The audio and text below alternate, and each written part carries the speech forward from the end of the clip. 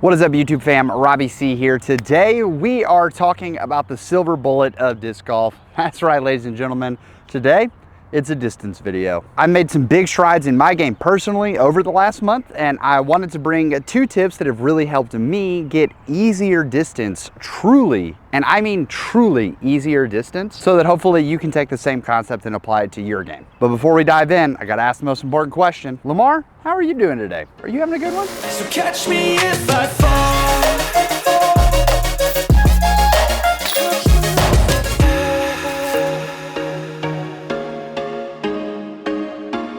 We want to take a quick break from the action to talk about today's sponsor, Flippy Disc Golf. Summer is here and new apparel is needed because, especially down here in Alabama, those hot and humid summers can really take it out of you and make it feel like you're wearing a second layer of skin while you're out there on the course. Thankfully, Flippy Disc Golf has the brand new Soul Pro material, which is a dry fit with UV protection built into it. But that's not all. You guys have been asking for actually years for Robbie C apparel, and I want to announce the launch of the Robbie C Line within Flippy Disc Golf. We have 5 unique prints coming in the initial launch of the Robbie C Line, starting with Toppings Delight. This pizza themed shirt will leave you hungry for birdies and leave your opponents hungry for, I don't know, grabbing a snack after the round. Staying in the pizza theme, we have one of my favorites, which is the Pizza Pirate, featuring pizza slices and a Jolly Roger made out of cheese and pepperonis. Another beautiful print, quite simple, is the Birdie collection. I mean, you guys know around here we love birdies, whether we're leaving you with them or we're talking about the birdie fam. This is a fantastic print that I think is definitely going to turn some heads. And rounding out the polos of the Robbie C line is something combining 2 of my favorite hobbies, which is disc golf and board games. We bring you Tabletop, featuring meeples, die, figurines, and of course, a classic disc golf basket. But maybe you're not a polo guy? Don't worry, we've got another option. If your significant other has been telling you, we're gonna buy more disc golf stuff when pigs fly, that's exactly what we've created with this print. When Pigs Fly features a super pig soaring across the shirt and a awesome racing stripe going down the center of the back. Whether you're a pig farmer yourself or you just like a really cool print, this jersey option is super comfortable and something that I've been rocking for weeks. I love how each print in this line came out, and I think it really does represent a wide variety of interests and options so that you can get out there with some amazing apparel while you're on the course. Another really cool feature of the line is that every single one of the Robbie C designs has the Robbie C Birdie R built into the sleeve, and it is so humbling that you guys will be willing to represent me while you're out there on the course. It is an honor to be part of your disc golf journey, and I thank you so much for your support in making a Robbie C line of apparel even possible. If you want to check out this line as well as lines from other creators in this new fantastic Soul Pro material, I highly recommend it. Head over to Flippy Disc Golf and grab some today. Thank you to Flippy for believing in me and what we're doing here on the channel. And with that being said, I think we need to get back and getting you guys some more distance, shall we? At the moment that I'm filming this, about a month ago, my coach, Mike Strauss, actually flew from Chicago down to the Birmingham area, got here on Wednesday and left on Sunday. And while we spent a good bit of time working with other folks and helping them improve their game, one of the primary reasons for Mike coming down here was to get some one-on-one time with me, actually seeing me throw in person. Which brings me to another point that we've talked about in the past, that is, yes, having an internet coach can be super helpful, but you make so much more progress if you can find someone with even half the knowledge to be able to work with you in person, because there are so many things about being able to watch someone get out and throw a shot in the field, and with good coaching knowledge or good coaching expertise, communicating relevant information in a way that's going to help that person improve faster. But I've been working with Mike digitally for about 2 years now, and it was really cool to actually be able to hang out for the first time with him in person. But we have gone through a lot when it comes to fixing my form, and we truly approached it from the long-term plan. I know I've talked with people offline about this, and I'm not sure if I've ever really talked about this in the video before, but I know in having conversations with Josh from Overthrow and other coaches, and I know even Gannon Burr talked about this when he was talking about distance. If you've got correct upper body mechanics, even working towards correct upper body mechanics, and you're throwing the disc nose down, 400 is very easily within your reach, even if your lower body is not really engaging with what you're throwing in the shot at all. Feeling that outward acceleration, that outward arc of hitting through that 10 o'clock point, once again, getting that upper body all right and figured out, 400 is very doable. However, if your lower body wants to then be engaged in the shot, the lower body is going to control several of the timing windows as you're going through. So if you have your lower body in the correct form and you spend a lot of time working on your lower body, what it can do is you can still top out at around 375. 350. Which begs the question, if upper body gives you way more distance, then why would we ever start by focusing on the lower body? My coach and I both believe that if you get the upper body right and then you try to fix the lower body, it's going to throw off your timing windows that you've tried to create in your upper body as you try to get that lower body engagement into the shot, get that brace felt, things like that. So you're not only going to have to work on your upper body, but once you fix lower body, you're then going to have to come back to the upper body and work on it again. Therefore, the longevity approach is to spend a decent amount of time trying to get the lower body figured out, making sure that you're feeling the brace, making sure that you're having a long enough stride, you've got toe to heel, all of those important things. And that is exactly what Mike and I did when it came to working on my form. I wanted to try to get to a point where subconsciously my brain was not even thinking about what my lower body does. We put this in the category of it's just things we do. We have things we're actively working on and we have things we hope to work on.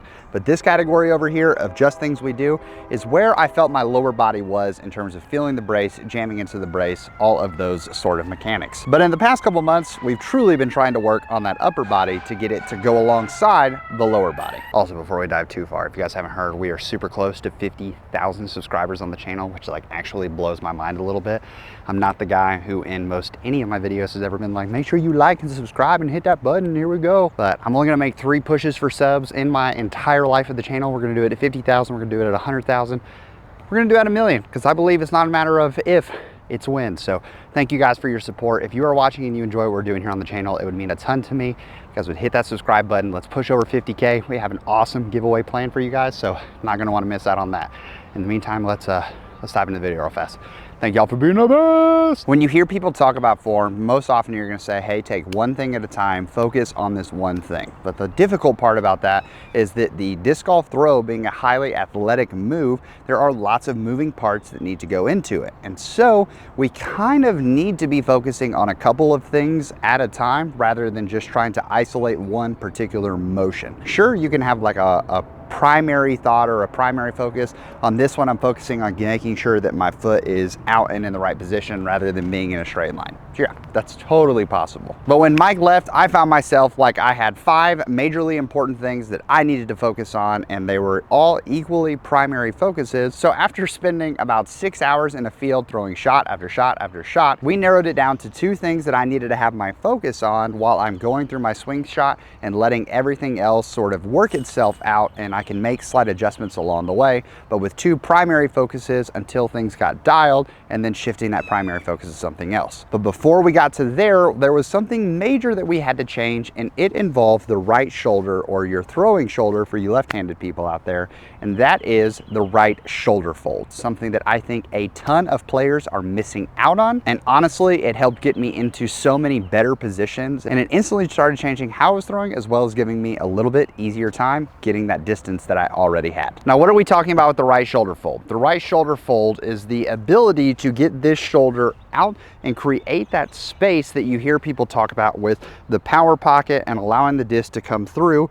But what it not only allows the disc to come through, it also gives you an opportunity to extend the disc out and get to that 10 o'clock hit point. Because notice where some of you have had your biggest rips ever, or where you've thrown the disc farther than ever before, has been on those grip locks, and it's because you're hitting a moment where the disc is truly rotating out of the hand and snapping out of the hand. And we've definitely talked about that before here on the channel. But if I have to pull the disc through on a straight line and I get the disc all the way behind me, you're gonna notice that, yeah, the disc has to come somewhere. But with the right shoulder fold, when I can focus on rolling this out, notice it gets the elbow out as well. And when the elbow is out, that automatically creates space to where you can actually see the disc now. That means that I don't have to pull it through me anymore, but by having this right shoulder fold out, boom, I've created the space. And then as the disc comes out and then into my body, because I have this shoulder fold happening and the space is there, it can then open up again, boom. And you can see how the disc is pivoting out of my hand. It's so much easier to get to that hit point, and a lot of you really crave trying to get into the power pocket, but with the shoulder not being folded correctly or being out and extended, it actually creates minimal opportunity for you to even get into the right position. The disc golf throw, while being dynamic, is all about finding certain positions and reaching those positions so it can enable you to get to more powerful positions later on in the throw. A lot of times what people are going to do on this shoulder fold is they're going to try to keep everything so tight to their body, and they're going to keep this arm low and inside, and notice that this creates minimal space for the disc to function. I don't have a lot to work with here, and because of that, it means that I'm going to really struggle to get in positions later. I'm going to have to make an active movement to get back there. Now, another way that people seem to fail on this is when they like to do a nice forward pump with the disc, and we swing forward and then we swing back. Swinging forward and having that forward pump on your throw when you're trying to add as a timing mechanism, I don't necessarily mind at all. I think if you're trying to get your timing down, it can be super helpful. But make sure that when you do that pump, you don't bring the elbow back in, because once again, I don't have really any shoulder fold happening, which is going to cause minimal power to be used later. And if you just want to feel this, stand up while you're watching this right now, and you can feel, if we just roll this in, you can see how much tension is created in this muscle right here. But really, you're going to feel tension happening in this muscle and your lower back, in your upper back shoulder. Man, I wish I was better at the old biology and anatomy thing. Then I'd be able to give you guys the real things. Rolling into this creates pressure right here, so that as I turn into the throw and I fire, you're going to feel this coil. I have kept all of my momentum, and now this rubber band has truly tightened so that I can just throw it out like so. So with those being two common positions that people try to keep this too tight to their body, and they're doing all of these motions right here, one of the easiest ways that I found to get into this, and what we've been teaching ourselves, is you can go the exaggerated route, which is taking the disc, putting it in front of you, hold your hand like so. I'm gonna have it out side by side, and then I just turn the wheel.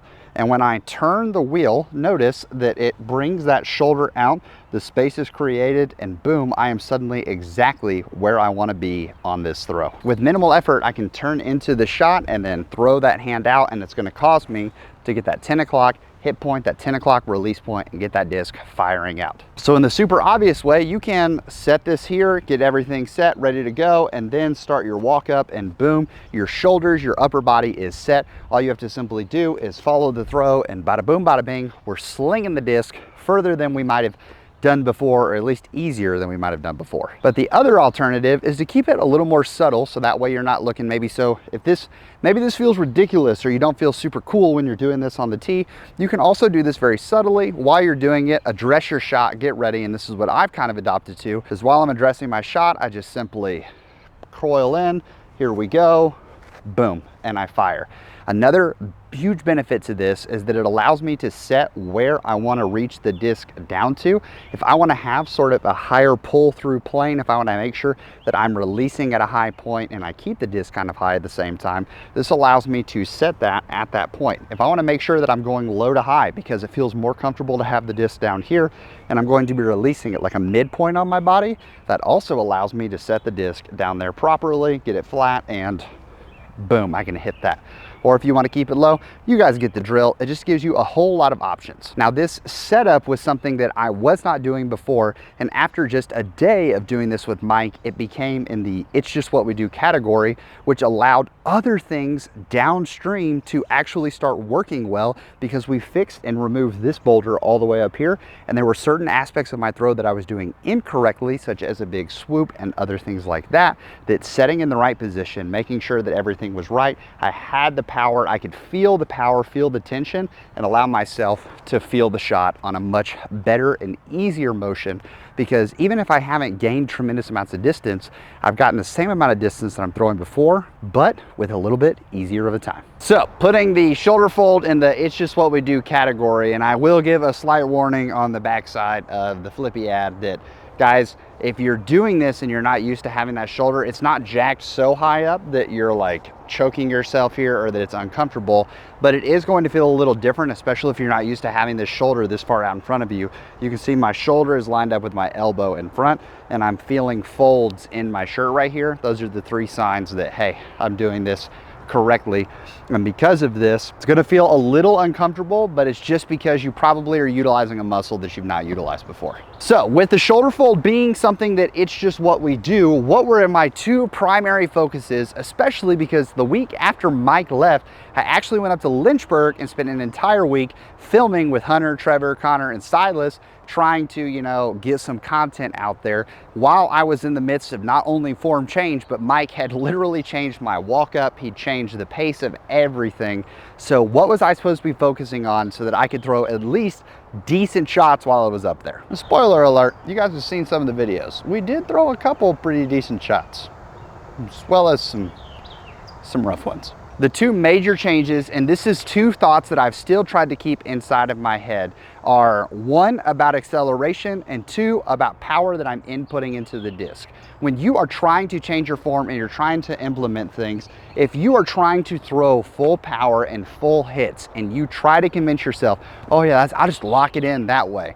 When we try to fully power our body, there are mechanics inside of our body that are naturally going to fire, which are going to derail the active thought process that we're utilizing to try to make changes in our form. For instance, if I were to try to full power throw the shot like I was before, I was doing this here, and you can see I've got no shoulder fold. I've dipped high, which means that I'm going to come in and swing low. Whereas if I tell myself as my first active thought, I am truly trying to throw everything with 50% power, I'm going to come up here, I'm going to come through, and I'm not moving slow, notice per se. I'm not walking at 50%. I'm not moving at 50% speed. I'm utilizing an intentional 50% power. I'm coming through and I'm hitting my shot still deliberately. I'm not trying to overpower the disc. I am hitting at 50%. Thinking about that concept is going to allow you to throw discs more smoothly, and you're going to feel these changes that you're making in your mechanics. And so many things about changing your disc golf form are simply feeling it rather than thinking about it. Once you get that feeling of that outward hit the first time, your body's gonna go, oh, hi Jiminy, that was pretty nice right there. I think we should be doing that a little more often, you know what I'm saying? I have been trying to throw so many shots at 50% power through my entire last month of implementing these form changes. And maybe if I've got a more wide open hole, I may jump up to 60%, but I'm not trying to overpower anything. But Mr. YouTube man, does that mean that I can't throw any distance drivers or things like that? I would say that if I grab my most overstable destroyer and I try to throw it at 50% power, it probably isn't going to get much of a cool flight out of it at all. But before I was making these changes, if I tried to throw this destroyer at full power anyways, it still wasn't getting what it was supposed to out of it. So didn't really lose anything there. But stepping up to a disc that maybe has a little less stability to it, maybe not necessarily a flippy disc, but something like a Wraith, I'm finding I'm able to still get an entirely full flight of it, because once again, 50% does not mean I'm throwing soft. 50% means that I am throwing with intentionality, and I'm going to save that 50% for the latter part of my throw, which takes us to our second active thought, which is we want to try to accelerate after the hit. Mike Strauss is one of those people that reads motivational books at all times. If he's listening to a podcast, 9 times out of 10 is trying to make him a better person, a better poker player, or a better disc golfer. So guys, the man had so many quotes in his back pocket that I wish I could tell you who this is, but it was a golfer he actually referred to, maybe a golf coach, that said that there is only one time that you get to accelerate in your throw. And this is something that I think so many disc golfers do not actually think about when they're throwing a disc golf shot. So often what we'll do is we'll make sure that we don't have the shoulder fold working for us, and we're out in front, and even if our head position is working well and we haven't turned around too early, what's going to happen is we're going to get all the way back here, and then in order to get back to the front, we've told ourselves, uh-oh, I should be firing right now, I should be firing right now. So we're going to accelerate and hit with power all the way back here, so that when we actually get to the front of the shot, we've got nothing left in the tank. Takes me to one of the most classic Fast and Furious scenes of all time, where Dom and Brian are racing, and you know, Brian's super stoked about it, and he's like, whoo, gotcha, and he hits the nos, and Dom just shakes his head and, too early, Brian. boom. And Dom hits his a little bit later, allows himself to get the win, take the pink slips, and now, you know, he's part of the family. But truly, if we are trying to accelerate all the way back here, we're gonna have nothing left in the tank. Now, thinking about the idea that I'm going to accelerate after the hit is a little bit impossible. I'm not going to hit this point and then shoop, fire it around. But if I am thinking to myself that I want to accelerate after the hit all the way to here, most often I'm going to hit that acceleration at that moment, which is going to create tremendous amounts of power being implemented into the disc, being injected into the disc. And so what it will also do is allow me to understand why I am waiting so long back here. As I pull the disc here and I set, I'm going to stride forward, and notice when I'm striding forward, I'm waiting. Nothing's really moving back here. I'm not shooting the disc backwards. I'm not reaching the disc backwards. I'm simply passing the disc, waiting, coming into here. And at this point, I've maintained shoulder integrity. I have the tension in the shoulder fold hitting. I'm here, but I still haven't accelerated. All I've simply done is taken my left arm, gathered the left side, pointed me into the right position. And here, there's much less distance to accelerate than if I were all the way back here trying to accelerate.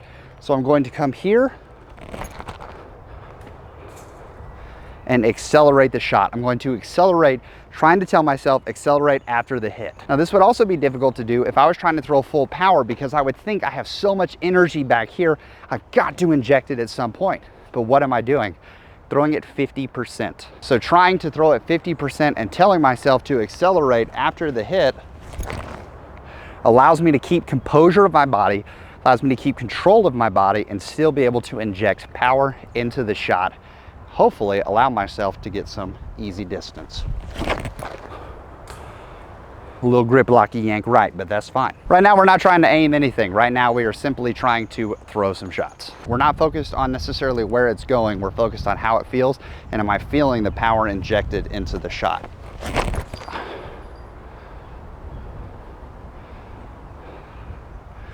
Like that is a mid-range shot. Here we go. Also a mid-range. Yanked it over, a little tartar sauce action.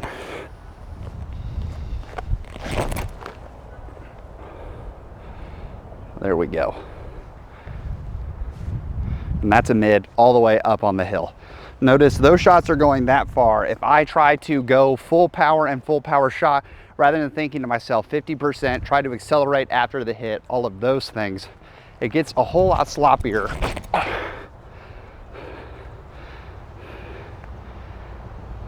And that didn't even go as far as the first mid-range that I tossed that I didn't even really get a hold of. The easier we throw, the slower we get, the smoother we become, and we can inject 50% of power at the right time is always going to be better than 100% of power whenever it might happen to hit.